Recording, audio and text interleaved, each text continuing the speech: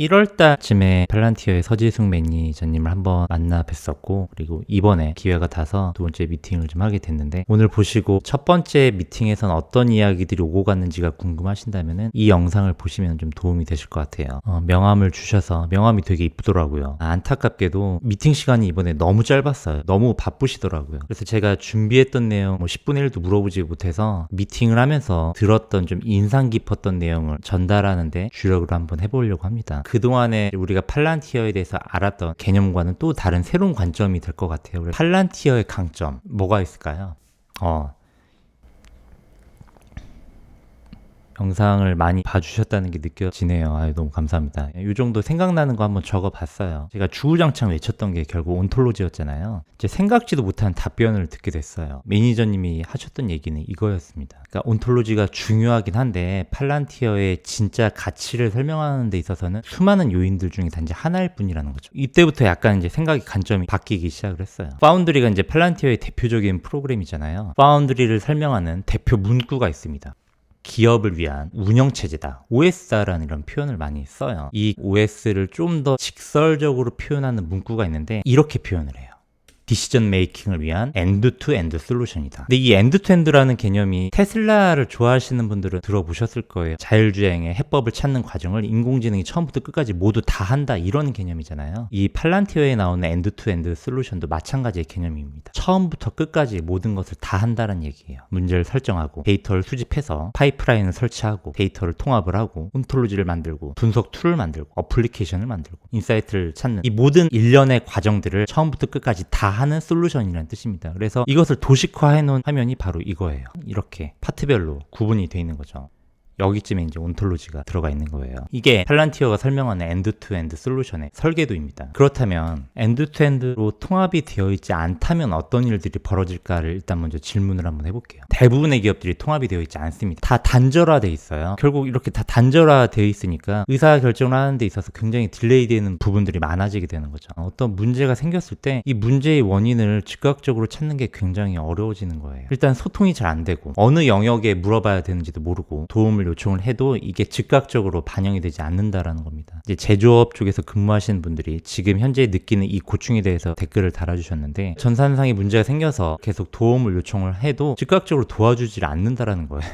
도와준다고 액션을 취해도 진짜 근본적으로 해결이 되지 않는다라는 겁니다. 그래서 이분은 심지어 거의 버그로 이 시스템이 돌아가고 있는 것 같다, 이렇게까지 표현을 하시더라고요. 그리고 되게 의미심장한 얘기가 뭐였냐면은, 개발자는 이 시스템을 처음부터 구축을 하는 게 아니라 중간중간에 유지보수만 하는 역할을 하고 있고, 개발자가 이직을 할 때마다 거의 바톤 터치하듯이 임무 역할들이 계속 교대를 하게 되는 거잖아요. 그러니까 데이터 엔지니어로서는 근본적인 아키텍처를 고치려고 하지 않는다라는 거죠. 그 순간의 문제점들만 그때그때 고치려 한다라는 겁니다. 그래서 이 문제를 조금 더 와닿게 표현해 볼 수 있다고 한다면은, 병원에서 진료를 보는 시스템도 이것과 정말로 똑같거든요. 완전히 단절화되어 있습니다. 환자가 어디가 아파서 진료를 보려고 할 때 예약을 하고 찾아가죠. 며칠에 걸쳐서 의사를 만나게 됩니다. 그럼 의사가 진찰을 하고 나서 피검사를 해보자고 하는 거죠. 그래서 피검사를 하는데 피검사 결과가 바로 안 나와요. 며칠 뒤에 나옵니다. 그래서 며칠 뒤에 확인을 했더니 어느 부분이 문제가 있어 보이니까 CT를 한번 찍어보자고 하는 거죠. 근데 CT를 또 바로 못 찍어요. 예약을 해야 됩니다.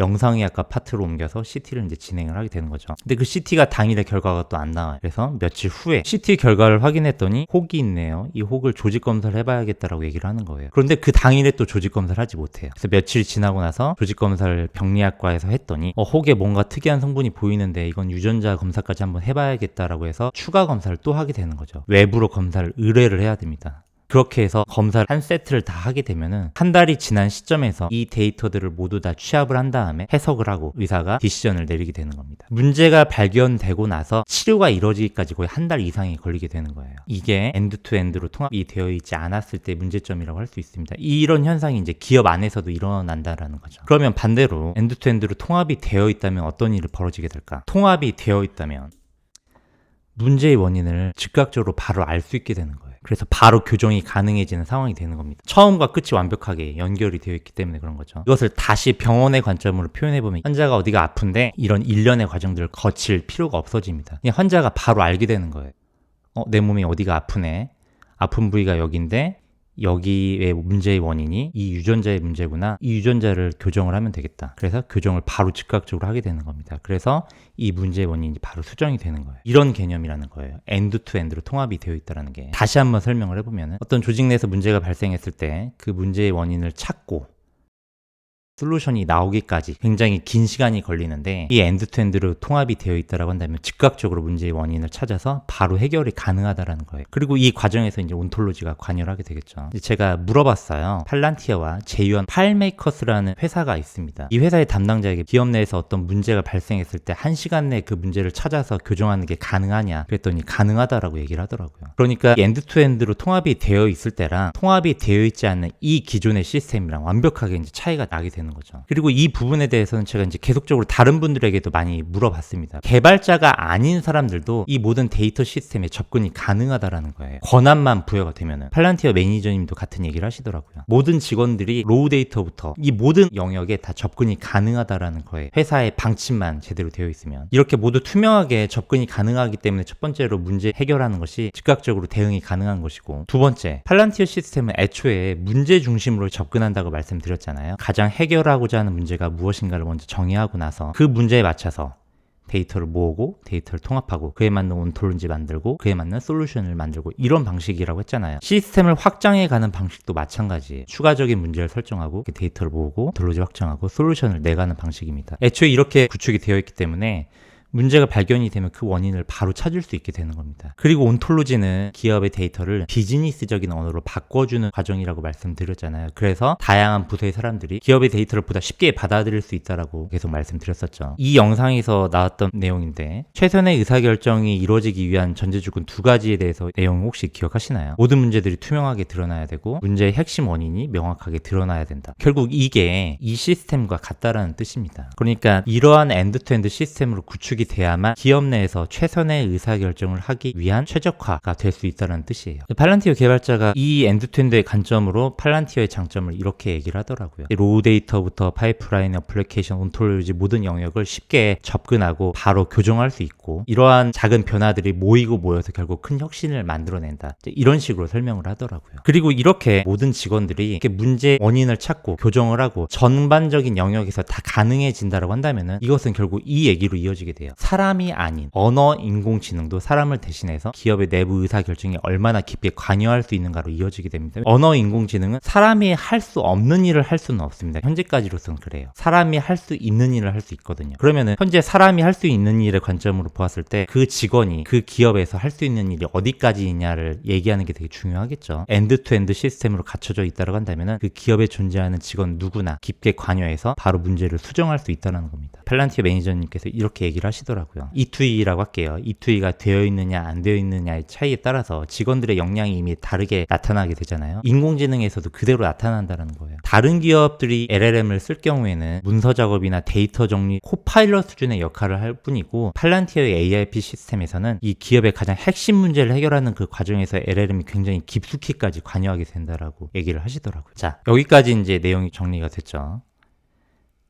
팔란티어의 본질적인 가치는 E2E 시스템, 이게 진짜 핵심 가치라고 이제 이번에 그렇게 얘기를 하시더라고요. 뭐 얘기만 들었을 때는 뭐 당연히 너무나 좋다라는 건 다 납득이 되시죠. 그러면 다음으로는 당연히 이 질문을 해볼 수밖에 없을 것 같아요. 그러니까 E2E 시스템이 좋다는 건 당연히 아는데 E2E가 돼 있으면 없는 경우보다 당연히 훨씬 더 낫겠죠. 근데 그게 꼭 팔란티어의 E2E여야 하냐는 거죠. 이게 어떻게 보면 제일 중요한 내용 아닐까요? 팔란티어의 이제 경쟁사들 몇 개 적어봤는데, 여러분들이 이 경쟁사 홈페이지 들어가 보면요, 되게 소름 돋아요. 결국에는 다 가고자 하는 방향이 E2E예요. 엔드-투-엔드 데이터 플랫폼을 다 구축하려고 합니다. 결국에는요. 그러니까 우리가 여기서 봐야 되는 부분이 뭐냐면은, 팔란티어와 이 경쟁사들이 E2E 관점으로 맞짱을 떴을 때 팔란티어의 어떤 점이 더 낫냐는 거죠. 이게 가장 키포인트 아니겠어요? 팔란티어의 E2E가 뭐가 더 기술적으로 뛰어나느냐에 대해서 매니저님 통해서 얘기를 대략적으로 들었는데 큰 문제가 하나 생겼습니다. 무슨 문제였냐면은 제가 이해를 못 하겠더라고요. 그러니까 그러니까 너무 전문적인 깊이로까지 들어가게 되니까 그 기술적인 우위에 대해서 전혀 받아들이지를 못하겠는 거예요. 물론 뭐 팔란티어 온톨로지가 다른 경쟁사들과 다르다는 개념은 당연히 알고는 있지만은 사실 우리가 온톨로지를 얘기하는 것도 굉장히 개념적으로만 이해를 하고 있잖아요. 온톨로지도 사실상 소프트웨어 아키텍처란 말이에요. 근데 그 아키텍처의 기술적인 우위성을 우리가 이해한다라는 게 어렵죠. 이 온톨로지를 포함한 이 전반적인 E2E 시스템의 기술적인 우위를 이해한다는 것은 사실상 불가능이었습니다. 그리고 더 충격적인 게 뭐냐면은 며칠 전이었어요. 팔란티어의 창업자 조 론스데일이라고 있죠. 이분이 이렇게 얘기하는 거예요. 정말 뼈 때리는 얘기를 하더라고요. 너가 아인슈타인이랑 다른 물리학 교수를 만났을 때 둘 중에 누가 아인슈타인인지를 구분해내기가 어려울 거라는 거예요. 너가 그들과 비슷한 재능의 수준을 갖고 있지 않는 이상.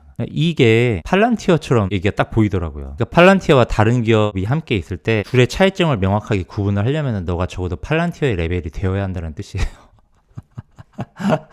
멘붕이 오더라고요. 그래서 이 난관을 어떻게 헤쳐나가야 될까. 그래서 이제 주변에 좀 물어봤는데 팔메이커스의 담당자분이 좀 더 쉽게 이렇게 표현을 해주시더라고요. 구글이나 AWS나 마이크로소프트나 그들이 팔란티어의 그 E2 시스템을 갖출 수 있는 능력이 있었다라고 한다면 왜 굳이 팔란티어랑 제휴를 하겠냐는 거예요. 만들 수 있으면 파트너십을 맺을 이유가 없잖아요. 이렇게 또 표현을 하시더라고요. 이 팔란티어는 애초부터가 다양한 플랫폼의 데이터들을 한 곳으로 모아서 솔루션을 만드는 데 초점이 맞춰져 있었고 AWS나 Azure나 각자 자신의 플랫폼에 있는 데이터에 맞춰서 솔루션을 만드는 것에 초점이 맞춰져 있었다라는 거예요. 그러니까 팔란티어가 좀 더 포괄적이라는 얘기인 거죠. 그래서 팔란티어는 애초부터가 다양한 종류의 데이터를 연결해서 한 군데에 모아서 자신만의 고유한 오브젝트로 만드는 능력이 탁월하다는 겁니다. 그리고 사실 이거는 그냥 정황상 그렇다는 거죠. 팔란티어의 E2E가 기술적으로 이러한 것들이 훨씬 뛰어나다라는 개념이라기보다는 정황상 봐봐라. 이러니까 팔란티어가 당연히 더 뛰어나다라고 할 수 있지 않겠느냐. 이 정도로만 저한테는 이해가 됐습니다. 속 시원한 답이 아니었죠.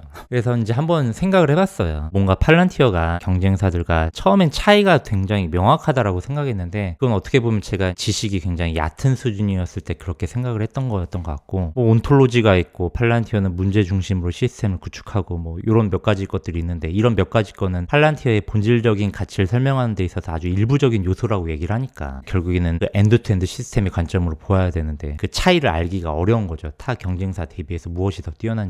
저희 기초 지식이 부족하니까. 그래서 일단은 제가 아이디어를 한번 내봤습니다. 제가 현재까지 팔란티어를 파악하고 있는 그 범위 내에서 요러한 지표들로 몇 가지를 보아왔을 때 팔란티어의 그 E2의 그 강점을 대략적으로 좀 유추해 볼 수 있지 않을까. 몇 가지 간접적인 지표를 통해서 제가 아이디어를 한번 내본 거예요. 한 3가지 정도가 있겠더라고요. 첫 번째, 애플을 바라보는 관점으로 팔란티어를 보면 될 것 같더라고요. 이분은 데이터 엔지니어링 전문가이시더라고요. 그런데 이분이 하셨던 얘기가 되게 이제 인상이 깊었는데 기존의 조직에서는 기존의 의사결정 흐름의 그 관성에 이미 굳어져 있기 때문에 새로운 시스템을 도입하는 것 자체 굉장히 꺼려한대요. 그리고 심지어 새로운 시스템을 도입했다 하더라도 그 새로운 시스템의 솔루션의 일부만 택일적으로 쓴다는 거죠. 너무 기존의 시스템에 굳어져 있으니까 계속 윈도우를 쓰는 사람이 아이폰을 쓰더라도 계속 윈도우는 쓰게 된다는 거죠. 해오던 그 관성이 그대로 남아있으니까. 그런데 계속해서 아이폰을 쓰다 보면은 상당수가 애플 제품으로 다 넘어가게 되죠. 그 이유가 뭐냐면 애플 제품 간의 동기화의 그 수준이 거의 미친 듯한 수준이잖아요. 호환이 너무나 잘 되잖아요. 그러니까 팔란티어의 그 E2 시스템이 이렇게 여러 가지 영역들로 나눠져 있는데 이 서로 간의 영역들이 얼마나 동기화가 잘 되고 통합이 잘 되어 있느냐. 너무 통합이 잘 되어 있기 때문에 기존의 유저들이 기존의 솔루션이 아니라 얼마나 팔란티어의 솔루션으로 넘어가고 싶어 하느냐. 이게 되게 중요한 포인트일 것 같아요. 이건 사실 어쩔 수가 없어요. 그 팔란티어의 제품을 직접 써본 사람에게 물어보는 수밖에 없습니다. 근데 최근에 팔란티어 프로그램을 경험해보신 분들이 굉장히 많아지고 있거든요. 국내 X에서도 되게 많이 활동하고 계세요. 그래서 그분들을 통해서 이제 여쭤보는 것이 그나마 유일한 방법이 될 것 같습니다. 두 번째,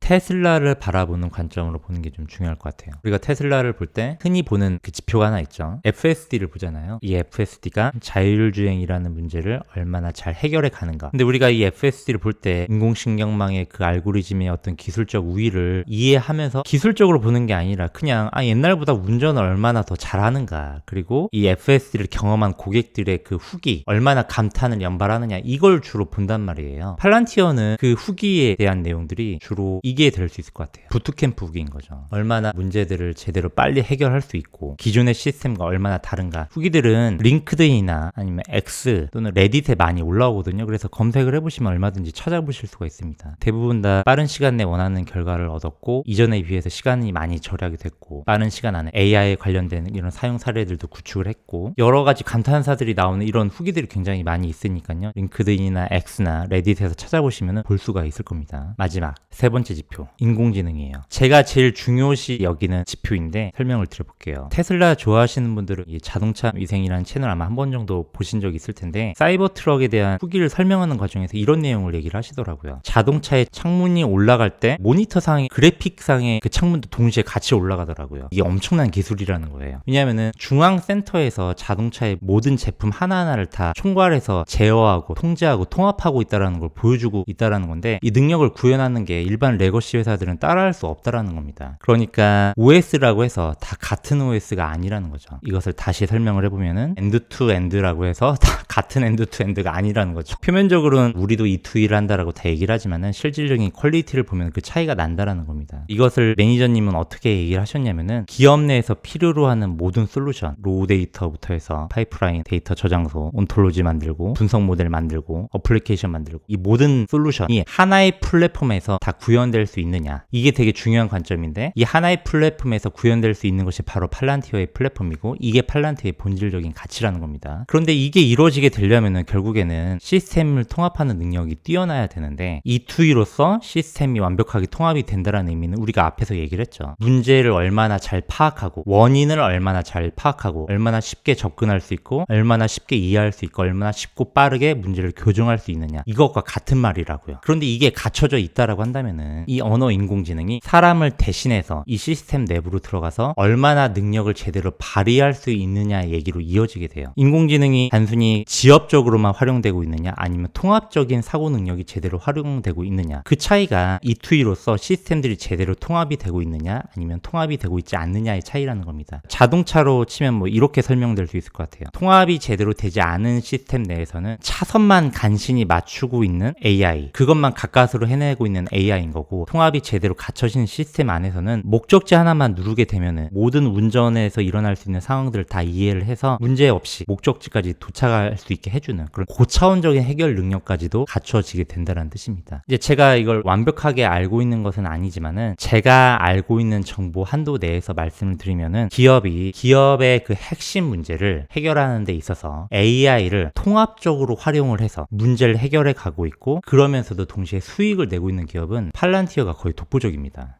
이 부분에 있어서만큼은. 그래서 결론을 말씀드리면은 같은 AI일지라도 그 AI의 능력을 제대로 활용할 수 있는 인프라를 누가 갖추었느냐의 싸움이라는 겁니다. 그게 엔드-투-엔드 시스템의 통합적인 능력을 얘기하는 거라는 거죠.